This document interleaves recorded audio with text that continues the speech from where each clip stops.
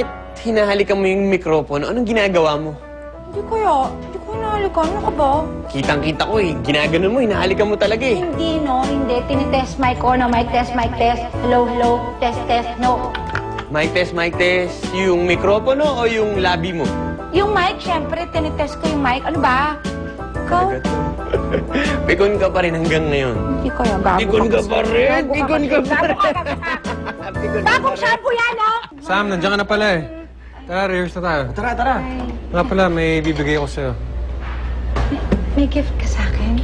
Oo, may gift ako sa'yo. Ito, pakita ko ha.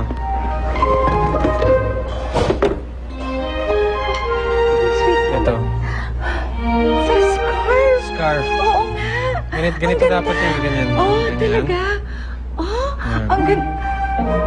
Ganda, no? Oo. Bagay sa akin.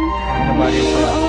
Ang ganda yung parang Ay, game. mata ko lang yung nakikita. Oo, kasi napakaganda ng mata mo. Oo nga. Oo, sobra. Ang cute. Yun yung asset mo eh. Kaya kailangan. Dito, oh. Capitalize tayo sa asset Ikaw mo. wala kang gift. Ako meron. Hindi ka na pikon ha? Meron ka Hindi. na scar. Meron akong scarf. And it's pink. I love it.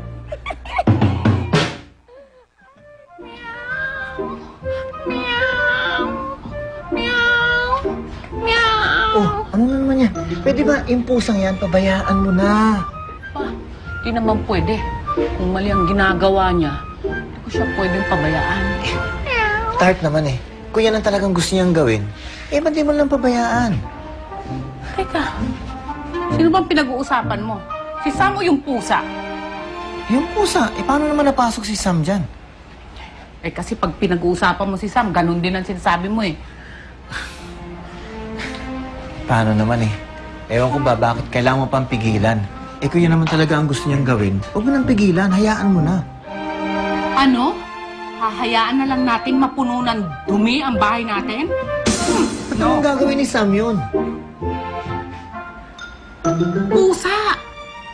Hindi si Sam! Eh paano naman eh? Pinapakain mo, inaalagaan mo. Tapos ngayon, biglang tinataboy mo lang parang gusto mong paalisin ng bahay.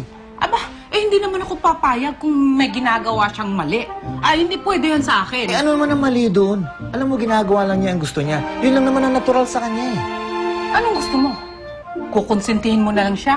Kahit mali? Ano naman ang mali doon? Yun lang naman ang natural sa kanya. Kaya hayaan mo na siya. Isang araw, basta lalayas na lang yan.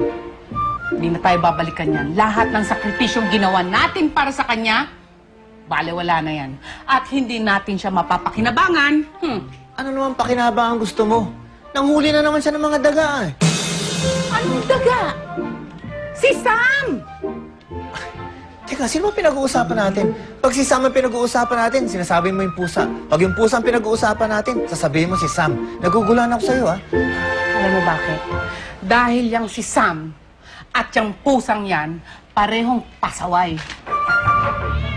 Sa inyo ba yung pusang to? Hindi!